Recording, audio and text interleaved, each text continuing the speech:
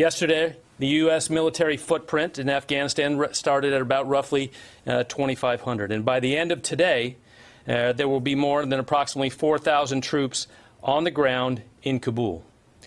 We have had no hostile interactions, no attack, and no threat by the Taliban. We remain vigilant. We also have not experienced any additional security incidents at HKIA. We retain the security of HKIA that enables the safe, orderly evacuation of Americans and Afghans. We predict that our best effort could look like 5,000 to 9,000 passengers departing per day. But we are mindful that a number of factors influence this effort, and circumstances could change. We are in contact with the Taliban to ensure the safe passage of people to the airport.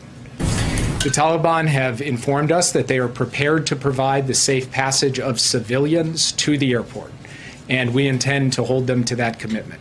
We believe that this can go till the 31st. We are talking to them about what the exact timetable is for how this will all play out. Ultimately, it's going to be up to the Taliban to show the rest of the world who they are and how they intend to proceed.